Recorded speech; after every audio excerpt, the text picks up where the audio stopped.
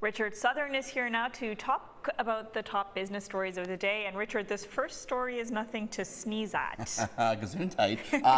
Kleenex, no more in Canada. Bye-bye Kleenex. I mean, it's a company name, but I mean, it's been kind of synonymous with old facial tissues, right? It's the only tissue I use, Richard. You told me this. Your brand loyalty is to Kleenex. I didn't realize it until they were going away, but yeah. Okay, so you're going to need to pay attention to this. Apparently, they're pulling out of Canada. The company that makes it in Canada is Kimberly-Clark, and they call it a, quote, incredibly difficult but necessary decision.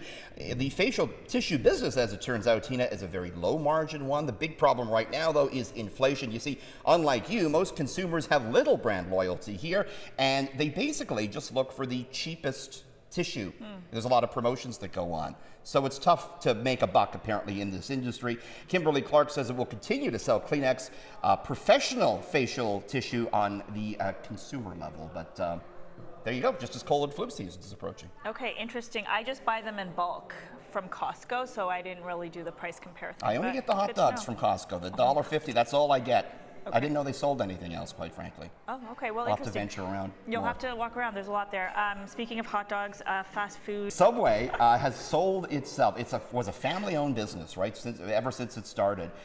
The owner of Arby's and Buffalo Wild Wings, though, is buying Subway sandwich for a reported $9.6 billion. One of the biggest acquisitions ever in the food industry. Now, Subway has struggled in the past few years. It's lost market share because there's more competition. There's a lot of hoagie places out there now, right, Tina?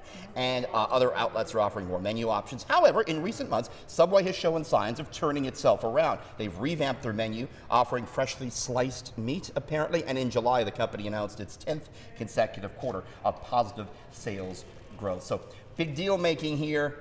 There's only like two, we mentioned the owner of Arby's is buying it. There's only like two Arby's in the GTA. And I've never been to Arby's. Well, you're missing out. I got to check it out, I guess. All right, now a small Canadian airline is trying to make a big splash here. Linkx Air is an ultra low-cost carrier. It launched just over a year ago, and you know this has been a challenging environment right now in Canada for airlines. We've seen Swoop start to get absorbed back into WestJet.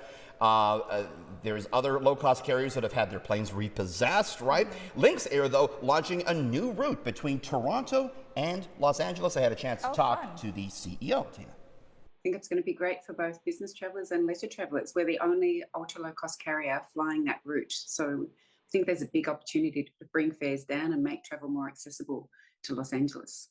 What would be the costs, generally speaking, to go to LA from Toronto on Linkx? So it starts from $129 one way, including taxes. Of course, like all other low-cost airlines, you know, you got to pay for everything, the checked baggage, the meal. I think that's why they're not very popular, because you end up racking a huge bill after the fact. It's true. You don't know. There's a lot of hidden fees. A lot of hidden fees.